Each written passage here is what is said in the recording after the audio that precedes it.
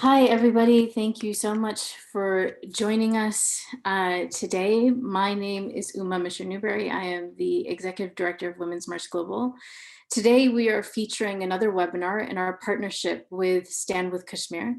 Starting on the 13th of September 2019, Women's March Global and Stand With Kashmir launched a mini course webinar series on the current crisis in Kashmir. And the webinar series is a space for anyone who wants to learn about the ongoing situation in Kashmir, as well as the history leading up to present day Kashmir. The most densely militarized region in the world, Kashmir is in the midst of an incredible conflict and struggle. The mini course encompasses a range of topics and speakers in an effort to share knowledge and educate people on the complexity and the history of conflict.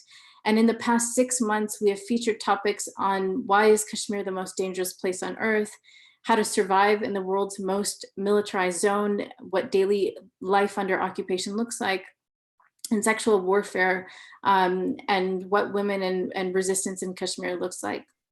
Today, our topic is the place of Kashmir in Bollywood, violent nationalism and colonial fantasy. And I am really grateful today to have with me two really esteemed people who are working in this space. Professor Ananya Jahanara Kabir and Harris Zargar. So Ananya, I would love for you to introduce yourself first and just give a little bit of intro and background to yourself if you can.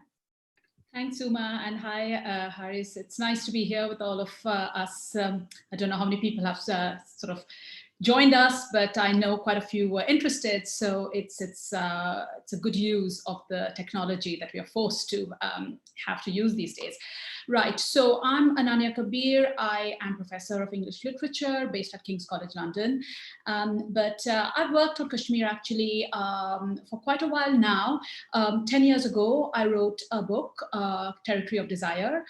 We'll talk about that, I'm sure, in a bit. But just to say that that was, in a way, the culmination of almost a decade of fieldwork and library-based research I had done on the topic of Kashmir. And since then, while I have published follow-up pieces from there, but I've really kind of been very happy to be in a role of mentor and observer and guide of a number of people working on issues around the representation of Kashmir and cultural politics of Kashmir, because I really wanted my book to open out that space, and I'm very happy to be involved in a number of collaborative and behind the scenes projects as well. And of course, the situation recently has made us all, with any expertise in Kashmir, have to jump on board and see what we can do to guide discourse back to where it should be, really. Thank you so much, Ananya. And Haris, can you please introduce yourself? Hi, Uma. Hi, Ananya. Good to have you guys, and thank you for having me. I'm a PhD researcher at the International Institute of Social Studies in Hague. And I work on social movements and insurgency in Kashmir and looking at aspects of land and agrarian politics as well, primarily focusing on Kashmir. I'm by profession a journalist and come from Kashmir, from the capital. So that should sort of reveal why I'm quite interested in the subject and why I work and research on this topic. I've been working in between Delhi and Srinagar, but primarily I have worked as a political correspondent in Delhi and looking at India's national politics. And now I'm based in Netherlands now. Yeah. Thank you so much, Haris. I want to just let everybody know that throughout the course of this webinar, if you do have questions, please post them in the chat if you are on Zoom with us. Additionally, if you are following us on YouTube, as we are not able to live stream on Facebook due to tech issues, so we're on YouTube today, and you are watching on our Facebook page through YouTube, I know a lot of weird technical navigation, please post any questions that you have there, and I will definitely have a look at them and present them if we have the time.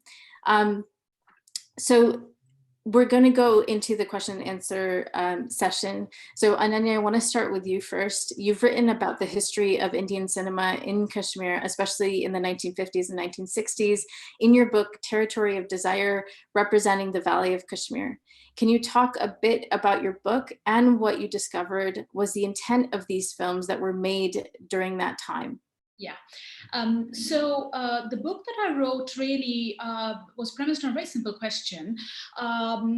Why is it that Kashmir became a space so intensely desired by one, and indeed not just one, two new nations of the subcontinent, India and Pakistan? And what are Kashmiri, indigenous Kashmiri responses to that desire? So it's a book which wants to probe, what seems to be a very kind of political conflict, but through the secret politics of desire, through structures of fantasy, to looking at a lens that probes discourse through psychoanalytical and, kind of literary critical perspectives, reading techniques. But of course, I looked at much more than literature. When you start to ask about where did this fantasy of Kashmir as a space which everyone desires, where did it belong? I think from popular cultural perspectives, our limit horizon seems to be a certain moment in Bollywood cinema. The 1960s Kashmir films. There was a whole genre of them, and they're kind of embedded in our collective memory as the space where, a youthful kind of Shammi Kapoor and his kind of Audrey Hepburn-esque heroines gamboled in the snow, discovering kind of a whole new vocabulary of love, of kind of modernity, rock and roll and tennis whites and fast cars and zooming from Bombay to Kashmir and, kind of undergoing certain transformations and then coming back to like everything sorted out. This is a classic pastoral structure, and a place which is not urban, it's away from urban modernity, but it's linked to it. And it's very essential for the kind of development of a certain kind of subjectivity, which we can call a youthful post-colonial Indian modern subjectivity.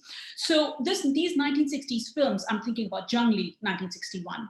I'm thinking about Kashmir Ki Kali, 1963, Jab Jab Phool Khile, 1965. There was like a whole genre of them. They were also, incidentally, the first films to go in Eastman color. So they were like really, when Bollywood became color, Kashmir was its first subject. So these are very important things, very important moments in reconstructing a history of that development of Kashmir as a fantasy zone. So my book tried to probe that. What I also then realized and showed in the book is that while these films are really about fun and escapism, they are also helping us escape or turn eyes away from a very complicated political moment in Kashmir. The 1960s were the moment where Jammu and Kashmir was becoming federated into a federating structure all told in India. So everything was very unstable, and there were wars with Pakistan, not one, but two, China. This is a very, very complex geopolitical moment. Some situations which we take for granted are coming into formation. And it is precisely at this moment that these crazily fun-filled films are emerging to divert, yet insist on Kashmir. So this was one of the tasks that my book was probing, to give us an idea of the starting point.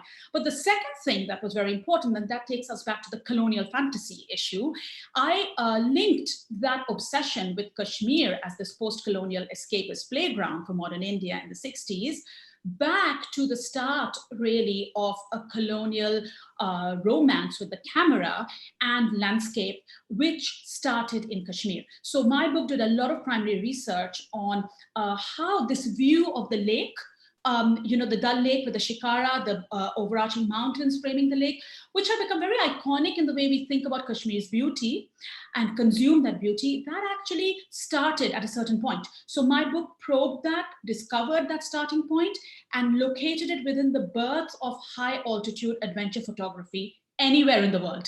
And that happened in Kashmir when the colonial photographers went there in like crazy cavalcades or donkeys with colonial apparatuses, darkroom tents. And, they went up there through the Banihal Pass into the Valley of Kashmir and photographed these images. And they became circulated as the quintessential space of fantasy or beauty. But for me, and that's the thing which I really worked on in the book, there was also a connection with trauma and a connection with melancholia and a connection with trying to forget some things and fixate on other things. And that structure of diversion, elusiveness, and insistence we see in the 1916s. That they read the films, now take the camera's fixed image and make a moving image out of it, make a cinematic kind of story out of that inheritance. So that was pretty much a lot of what the book did. There were other things too, but we'll just focus on the cinema part. Thank you so much, Ananya. I know it's so difficult to pack that into 5 minutes. Everything your book encompasses. So I appreciate you trying to do that. Haris, in an article which you recently in February wrote for the New Frame, you mentioned how Indian cinema's fixation with Kashmir's beauty ended with oh my God, I've just forgotten the name. Roja. But when Roja was released, shifted vis-a-vis how Kashmiris were represented in the 90s and onwards, and why? Yeah, I'm actually going to build on what Ananya just said, how Kashmir was looked at this colonial fantasy. Pretty much how Kashmir has been seen before the advent of ardent insurgency in Kashmir and post that is it can be pretty much summed up. It was just through a colonial gaze, and this perspective of colonial gaze is a key component of how the Indian state and those who associate with this saw themselves in this nation building project. There was the caricature of Kashmiri before 90s was this simpleton and was pretty much not in the picture. The Kashmir was pretty much the space where Indians could navigate, do romance and enjoy the scenic beauty of the place. It was devoid of its politics, its conflict with Pakistan and everything else. Films like Kashmir Ki Kali, Jab Jab Phool Khile, Noori, these are the classic examples of that. What it essentially was trying to portray was that, essentially the conflict or the larger geopolitics of the place was largely between India and Pakistan, and Kashmiris are these passive subjects that perhaps will have to follow with what the nations would decide at the end of the day. And in the meantime, we should just focus on its beauty, on its locale, on its pristine waters, on its greenery, what it has to offer to us. It dramatically changes when Kashmiris take up arms and start to assert themselves as this political force who are now asking for a seat among the two nuclear powers. Not nuclear powers then, but certainly saw themselves as regional powers. And there, the project of which was primarily to sort of show how the canvas of the project completely shifted, and Roja was perhaps one of the first movies which became quite hit, and it sort of shows the mainstream politics of India on Kashmir. There are perhaps many more examples, but Roja comes out as a glaring one. And what it did after that was that it started juxtaposing Kashmiri Muslim with this idea that who are culturally, who are politically, who are socially antagonist to the idea of this nation building which India wants to create, of the secular encompassing big democratic nation or a Hindu nation. So you had to sort of the filmmakers took it upon themselves, not all perhaps for sure, some of them who believed in this idea of Hindu nation, Hindu nationhood, took it upon themselves, became part of this Hindu nationalistic project, complicit participants in showing how Kashmiri Muslims were sort of these threat to this idea of Hindu nation, Hindutva. And in this caricature, how Kashmiri was shown, it's the language, the colloquial language that was used, the the dress up, the canvas, the lighting, the music, every aspect of it was sort of caricatured in a way that it sort of resembles more like Pakistan rather than how the Indian masses see Kashmir. So I think I lost the connection in between. Am I still audible? Yes, you're still audible. Yes. Yeah. So thereafter, you see a very strong shift in how the Indian mainstream Bollywood. I wouldn't say that for the whole Indian cinema, regional cinema. That perhaps I'm not privy of that kind of movies, but pretty much the mainstream Bollywood largely showcased Kashmiri Muslims essentially as these conflated with terrorism, radical Islam. It was caricatured in a way.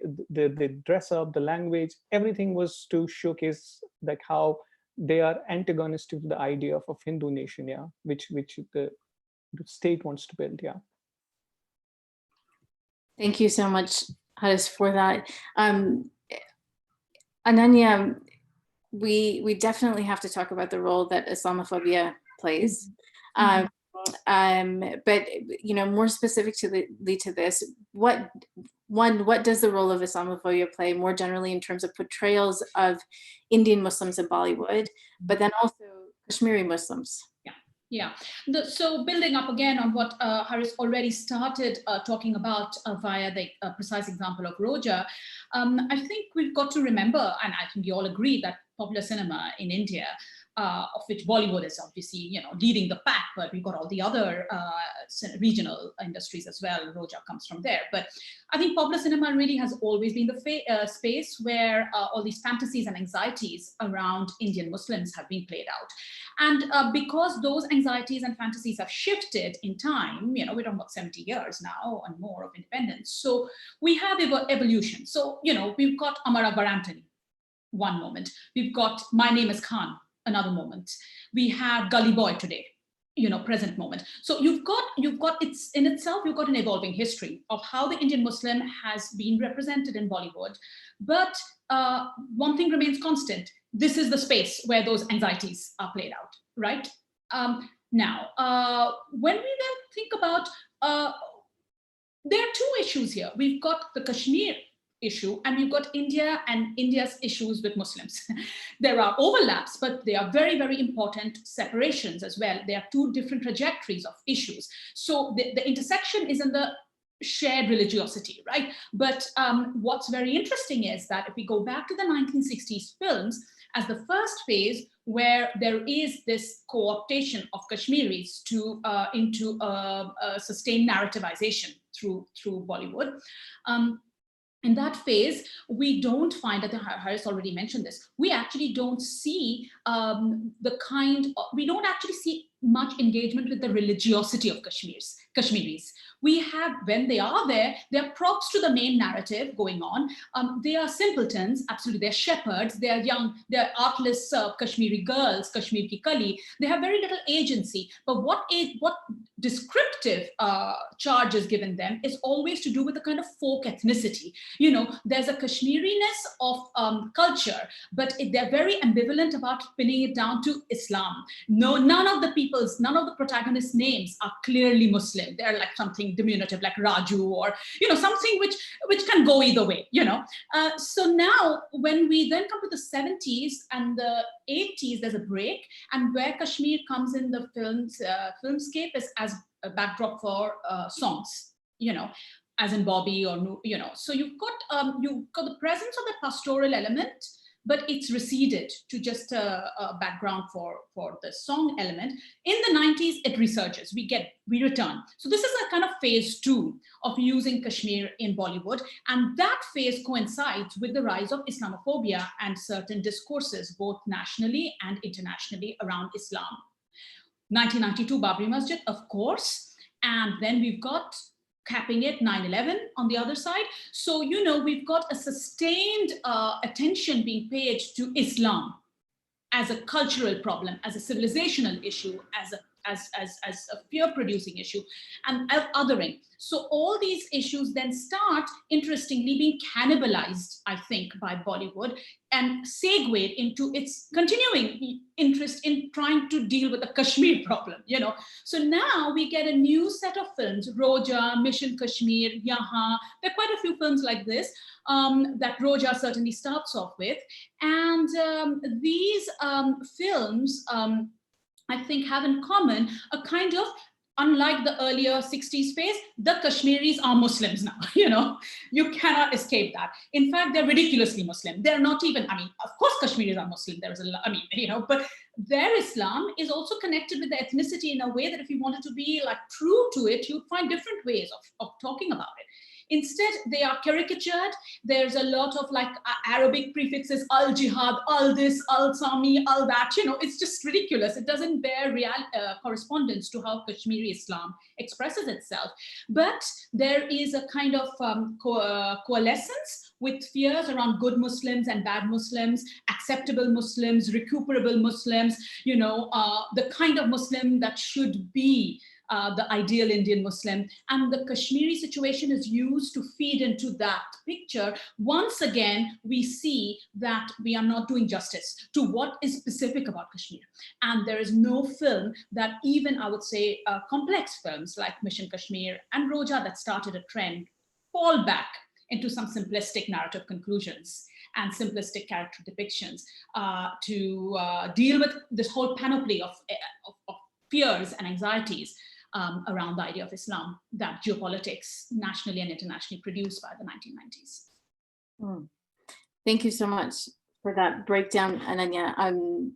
Haris, can you expand on this, just moving towards more recent times, and give some of your thoughts around some of the more recent films on Kashmir, for example, Haidar. Haidar itself is contested because some feel it's somewhat a sympathetic account that shows some of the violence that happens in Kashmir. How do you respond to that? And how would critical viewers need to engage with a film like Haidar? In my own humble opinion, I personally have a lot of problem with movies like Haidar, especially, which sort of comes as this this true representation of Kashmir politics, of the Kashmir political landscape, social landscape. It you know, movies like Haidar, they layer a lot of problematic narratives and present a facade of showing reality in garb of you know, of simplifying narrative or juxtaposing narratives, which I found was very problem. I'll give an example of what I'm trying to say. So basically, Haidar is all about revenge. Again, it's an adaptation from Hamlet. There is definitely a concept of vengeance, but how it was weaved into the Kashmir narrative, the whole, again, the agency, the point of agency. Are Kashmiris given agency in films before 90s and after 90s?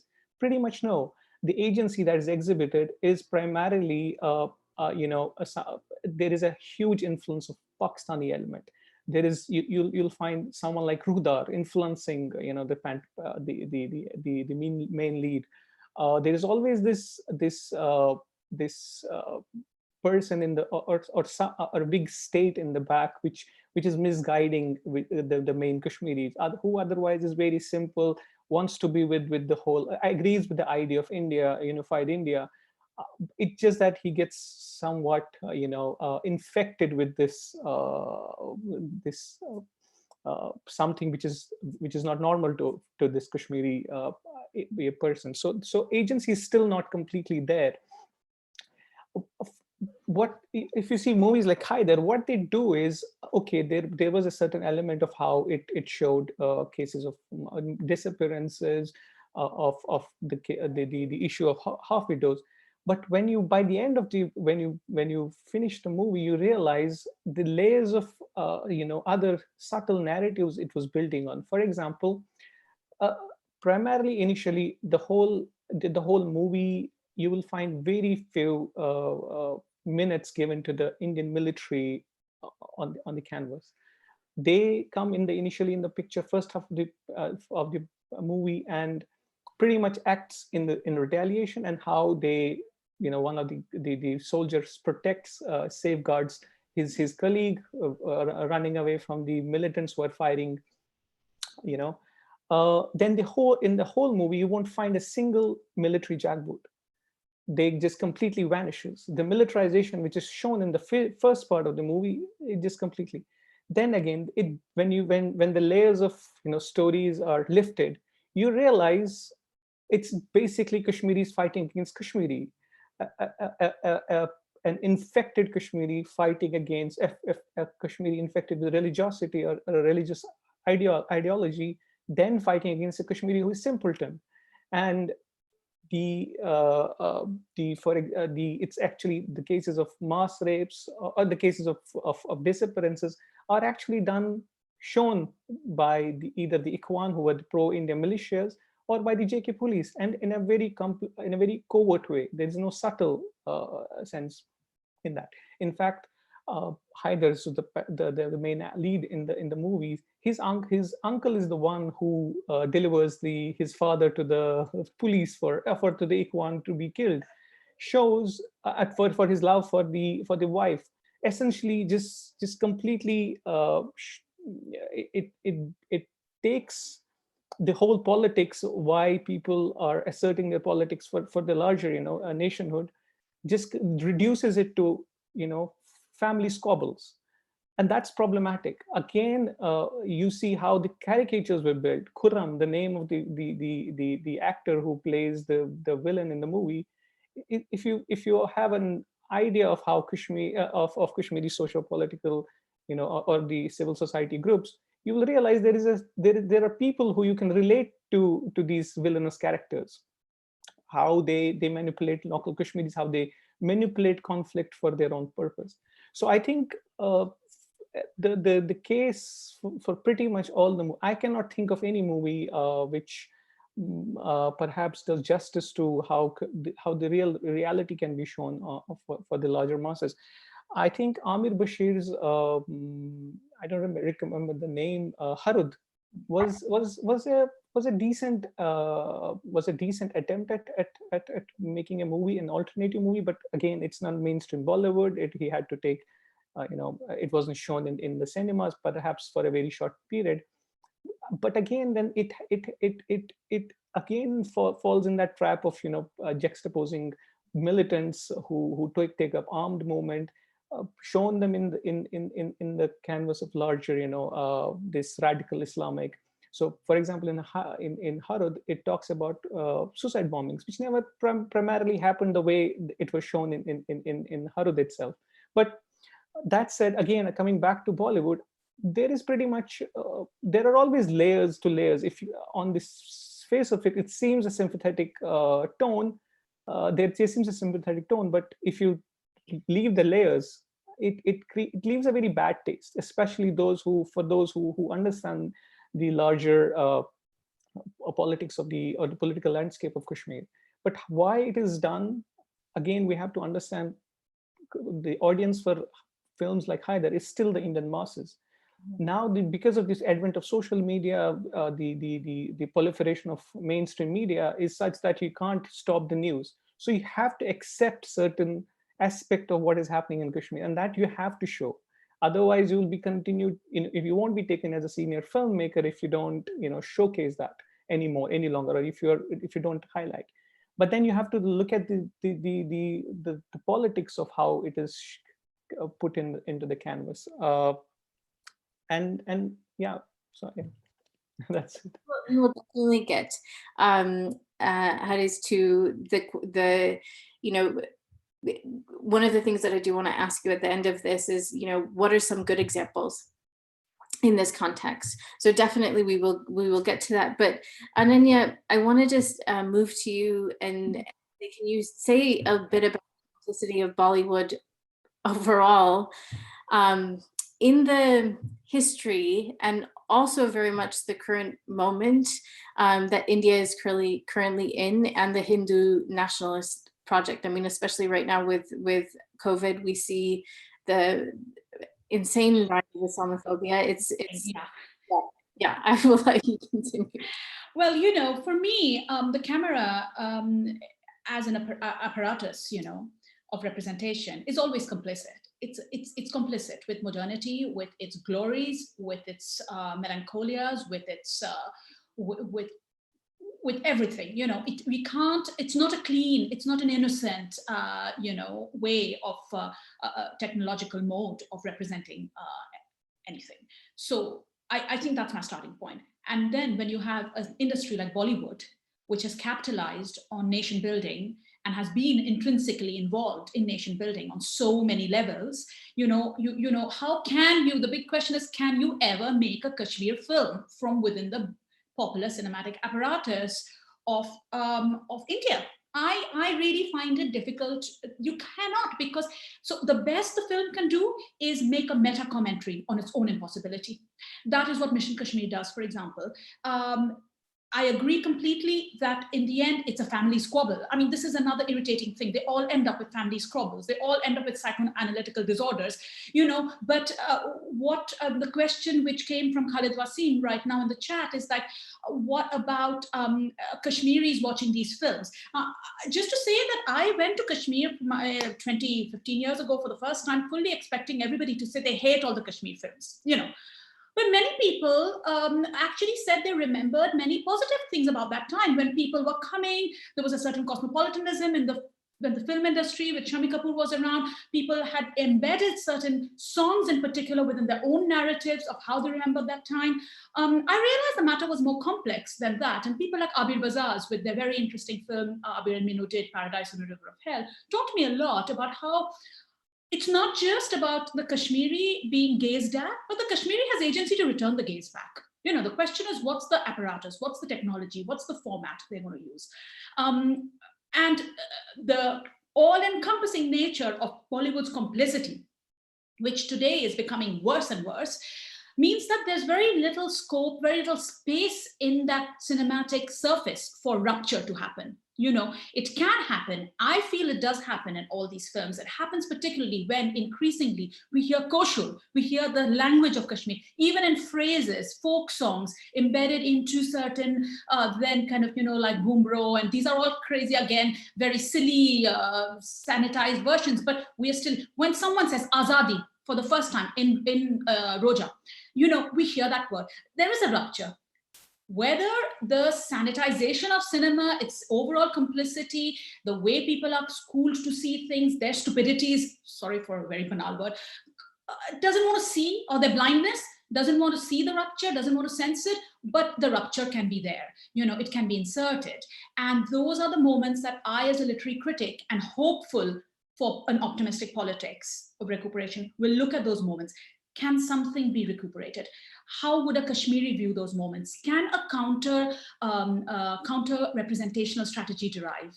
Where can that go? So for me, remember in Mission Kashmir also, there was this very interesting moment where the dialogue is put into the mouth of one of Altaf's terrorist friends. Wars are not fought by guns. Wars are fought by the camera. Now, the fact is that somebody allowed that statement to get out there. Somebody couldn't help make Azadi come into the sound track or the cinematography of Roja. Some things cannot be repressed. Even the anodyne surface of popular Bollywood cinema has to accept the pressure of reality on it. We've now got to see what's the conscience of the viewer. And that will differ. Who is the viewer? Who is viewing it? So that's the way I would really answer the question of complicity, not just in Bollywood, but in cinema in general, but certainly specifically for Bollywood. Thank you so much, Ananya. I just want to note, Alex, before I move to you for the last question, for those of you who are watching on YouTube and Zoom, please continue submitting your questions. I am taking note of them and will ask them at the end.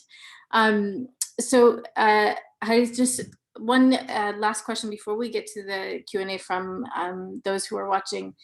Have Kashmiris taken control of their own narrative cinematically? And although they may not be mainstream, can you give us some good examples of what people should be watching? I think it would be an exaggeration to say that we have taken the narrative cinematically on our own. There have been attempts, I would say, but to actually match the scope and the audience of Bollywood, it's definitely not there. There have been very few independent filmmakers who have been making movies, especially in the non-fiction genre, who've been producing documentary films. Uh, I can't, I don't remember on my fingertips the names of some of these movies, but there are certainly some independent filmmakers who have made films which have tried to sort of shift away from the mainstream Bollywood narratives.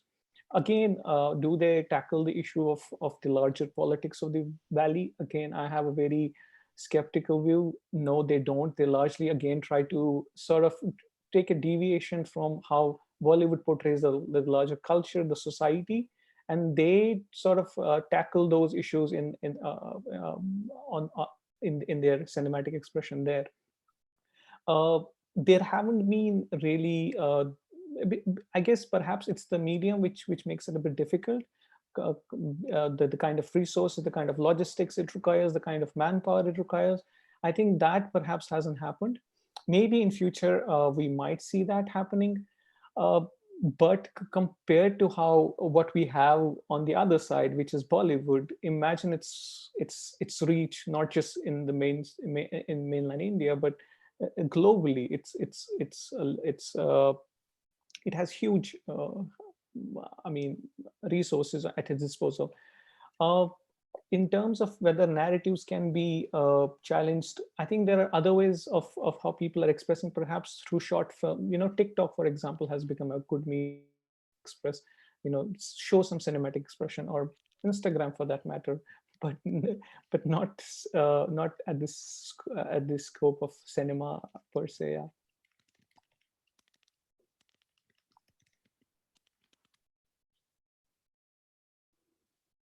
Sorry, everybody, trying to juggle between two different. I was typing some answers there, and I was. That happens. Not enough hand. Haris, thank you so much for that breakdown.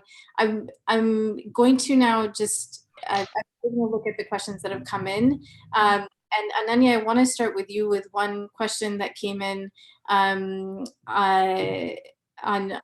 our Zoom webinar here. How does one who is oppressed and occupied comprehend the film which is made on the events which he or she has witnessed? And Khalid, you had asked this, but one of our questions is: are you referencing a specific film here? Are you referencing Haider or Roja? Ananya, do you want to just take a crack at this question? Yeah, sure, of course. I mean, for me, again, I would always see it as the possibility of reading a text in different ways. That's what I'm trained to do as a literary critic anyway. In this case, we are looking at a text which has different audiences with different political and emotional attachments to the subject matter. And so I do feel that there can be a range of responses, some of which one would expect, and some which, as I said, from my own interaction with Kashmiri people over a number of years, I was quite surprised by, because of course we expect, I mean, from our standpoint, we would expect deep anger, deep, discomfort, and like why is one always being made the subject of somebody else's story? Why are we being erased from our own land? Why? So that is kind of that's the first layer of an obvious response that, to use Haris's metaphor of layers. But I think what was very surprising for me are those other possibilities, which I think, again, Khalid suggested this idea of negotiated reading in one of his comments. Absolutely. There is a way of seeing your own space reflected on this canvas. And then I think it's possible, it should be possible, and it is always possible, to mount counter readings, then counter responses. take a sense of, seize your own agency from the own attempt at representing you, and cumulatively force that representation to change, which is what happened when the weight of the changed political situation made the cinematic surface of the beautiful Dal Lake go up in smoke at the very first frame of Mission Kashmir. So I think that the negotiated readings that Kashmiris make need not be only in the form of other films that respond.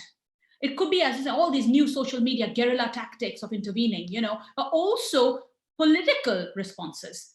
Who cannot say that the politics of Kashmir have not been shaped by the constant viewing of oneself in the mirror of Bollywood? That itself is a building of agency through this kind of desire to not be represented like that anymore. So you take a stone and you throw it back at the screen, but it's your stone.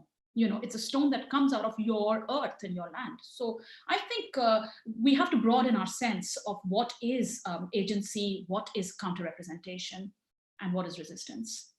Thank you so much, Ananya.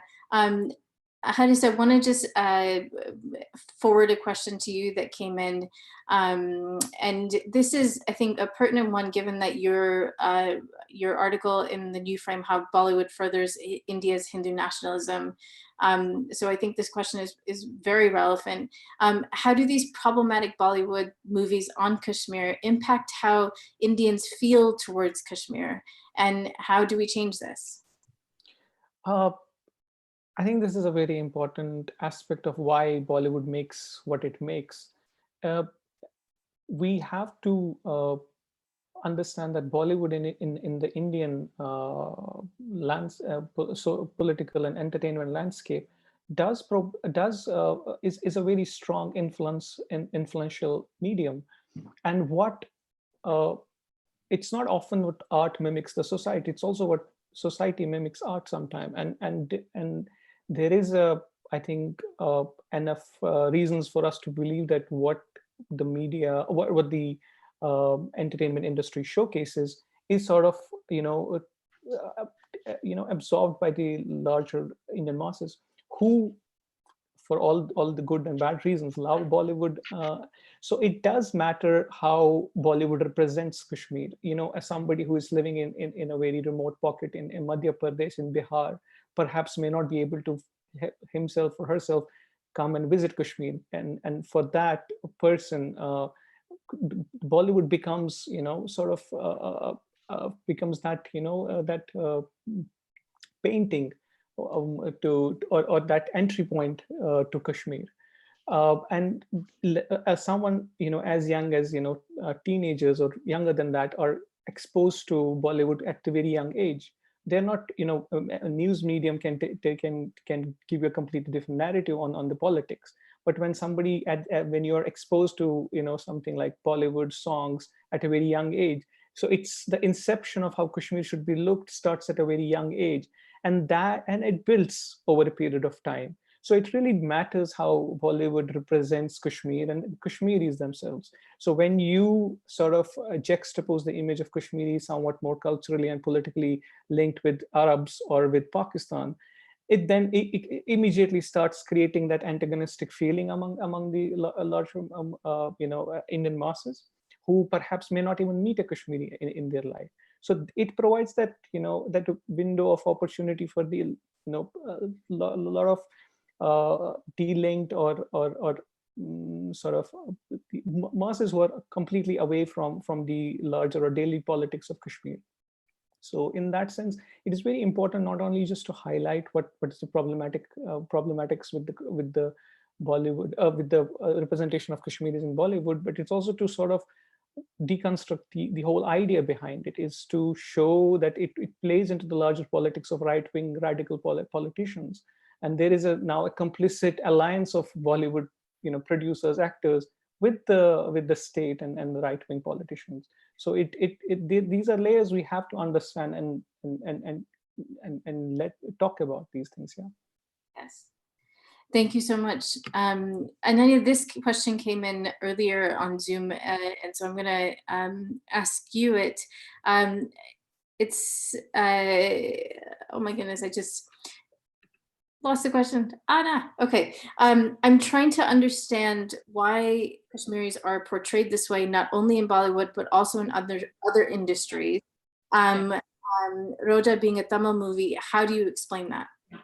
That was such an interesting moment when Mani Ratnam, decided to do this, to make this film happen, because many things happened through that film. It was not just a Tamil filmmaker taking on the subject of Kashmir, but it was also then a popularization of a Tamil film onto the national sort of like imaginary.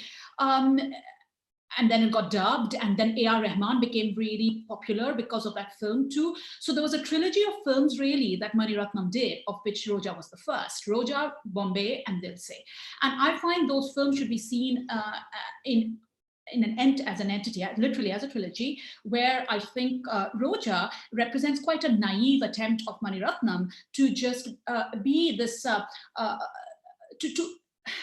it was well meant, but it was coming from a southern perspective. It was this Tamil filmmaker wanting to take on something which is from north of the Vindhyas to present a new version of updated version of what Tamilness is.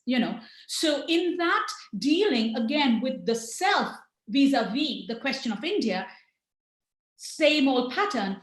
Let's take the Kashmiri into this space and mobilize what Kashmir is to make me understand myself within the larger Indian project.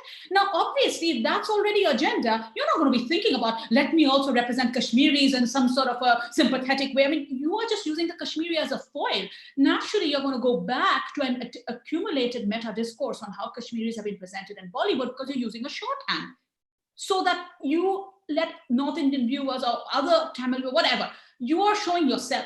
They are just a foil to you. We are not deviating from that old pattern at all. So it actually is a moot point. Why should Mani Ratnam be interested in that film to show Kashmiris that Kashmir? He's only interested in himself as a South Indian man. And, so, we cannot expect anything more. However, I do believe that the experience of making that film and working with A.R. Rahman, who is, of course, Muslim, and has a very strong Muslim, South Indian Muslim subjectivity in his work, and with Santosh Shivan, the cinematographer, they reappeared with Bombay, they reappeared with Dil Se, which is a truly radical film, truly radical.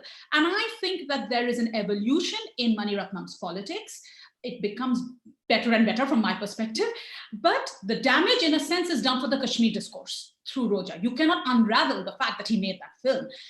So I hope that places his portrayal of Kashmiris in a stereotyped way in a particular frame vis-a-vis that film. And I think if you look at other regional cinemas using stereotypes from Kashmiris borrowed from the Bollywood trajectory, I think the answers will pretty much be the same. I would hazard a guess that because they are just using Kashmir to work out questions important for themselves, they are not really able to, they're trapped within the discourse and they're not able to produce a radical film on Kashmir. Thank you so much, Ananya. And to your point, I think that those 3 films should be now sold as a box set. Yeah, absolutely, yeah. Absolutely. Hadis, last question to you, and Ananya, you can also respond to this one because I think it's applicable to both of your expertise here. And I apologize to everyone. I know we're not able to get to every single question that's come across, but thank you so much for listening in and participating in this discussion. So the last question is, this came across on YouTube. Can you ask the guest about how intersections of caste and occupation of Kashmir come across in Bollywood? And so Hadis, I'll start with you. A representation of caste. Caste and occupation. I don't know how relevant it is in the context of Kashmir, but perhaps it does play a big role in the context of Indian politics. How the villains' castes are, are put, how the names of the antagonists, the castes of antagonists are specific. How the state is represented. That does play a huge role in the larger Indian context, but specific to Kashmir, I don't know how caste plays a role, but religiosity does play a significant role. And as I said previously, and it was how Ananya previously said, that religiosity of Kashmiri Muslims and conflating it with Islamic terrorism, Islamic radicalism is definitely highlighted and sort of boomed at the audiences very strongly. At the same time, again, when the agency of Kashmiri is reduced, it's then reduced to a point of where it is devoid of any caste, religion, or its humanity, if I would say. It becomes a shell who is, sort of acting on the remotes of the masters across the border in Pakistan or elsewhere. So in that sense, yeah, that is how I would say it has been showcasing, and I don't think it's going to change for quite a long time, as long as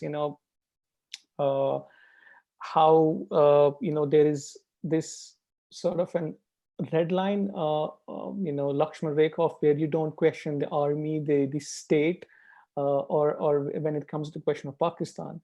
So there, even I think more liberal and more radical, cinema directors or filmmakers would not want to delve into, and we won't see truly a film that would tackle head on, such a a big component of Kashmiri political military landscape.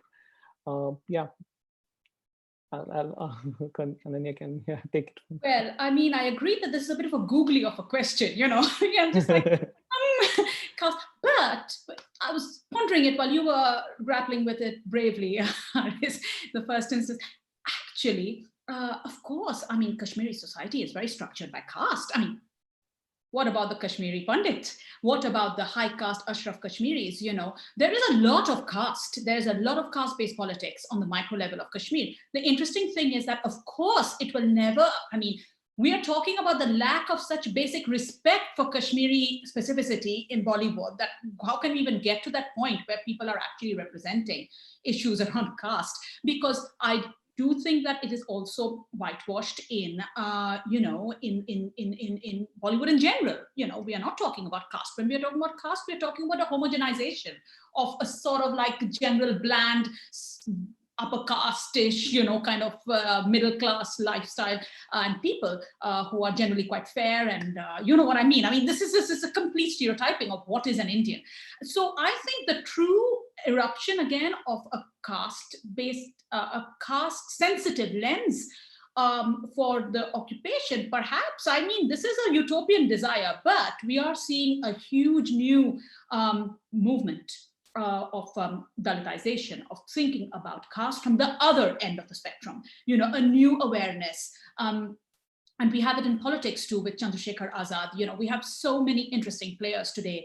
Let's see where those alliances go. Can we hope that they can actually prize open new spaces for thinking about a more nuanced understanding of Kashmiri politics and culture, which doesn't shy away from the problems or the contestations for power and agency within Kashmir itself, which, like every other place, is a complex place. I mean, every place is complex, every society is complex, so is Kashmir. But we don't even have that understanding to get there yet.